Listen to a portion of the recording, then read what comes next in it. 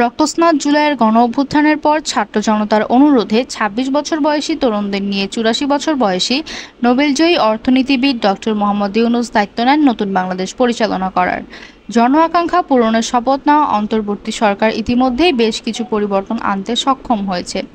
লাগাম টেনেছে দুর্নীতিতে, স্বচ্ছতা নিশ্চিত করায় শুধু পদ্মা সেতুতেই সাশ্রয় হয়েছে ১৮৩৫ কোটি টাকা।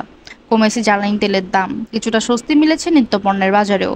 ছাত্র জনতার আন্দোলনকে সমর্থন জানিয়ে সংযুক্ত আরব আমিরাতে বিক্ষোভে অংশ নেওয়া শাস্তি পাওয়া ৫৭ প্রবাসীর মুক্তির ব্যবস্থা করেছে সরকার।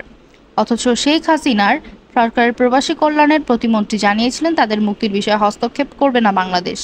অন্যদিকে বিমানবন্দরে প্রবাসীদের হেনস্থার বিষয়টি কঠোরভাবে দমন করেছে অন্তর্বর্তীকালীন সরকার।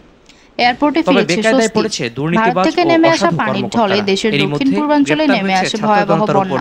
ক্ষতিগ্রস্তদের সহায়তায় ১,০০০ কোটি টাকা তহবিল গঠনের মাধ্যমে বিরাট দৃষ্টান্ত স্থাপন করেন সরকার।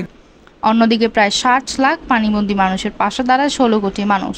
এর মাধ্যমে গড়ে ওঠে ইস্পাত কঠিন ঐক্য জাতি। শেখ পরিবারের নির্যাতন থেকে মুক্ত হয়ে পুরো দেশ পরিণত হচ্ছে এক পরিবারে। তবে বেকায়দায় পড়েছে দুর্নীতিবাজ ও অসাধু কর্মকর্তারা। এরই মধ্যে গ্রেপ্তার হয়েছে ছাত্র জনতার ওপর নির্বিচারে গুলি চালানোর সঙ্গে জড়িত পুলিশ কর্মকর্তারা। আইনের আওতায় এসেছে জুলাইয়ের গণহত্যার সাথে জড়িত বেশ কয়েকজন মন্ত্রীও। ভারতের প্রতি অনমনীয় সুরে কমেছে সীমান্ত হত্যা। বাংলাদেশি নাগরিক স্বর্ণা দাসকে গুলি করে হত্যা করেছিল বিএসএফ। এর প্রতিক্রিয়ায় কঠোর বার্তা দিয়েছে ঢাকা।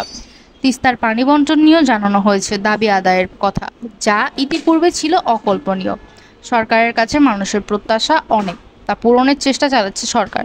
দ্রুত সময়ে আরও জনবান্ধব সিদ্ধান্ত নিয়ে কাঙ্ক্ষিত লক্ষ্যে এগিয়ে যাবে সরকার, এমনটাই দাবি সবার।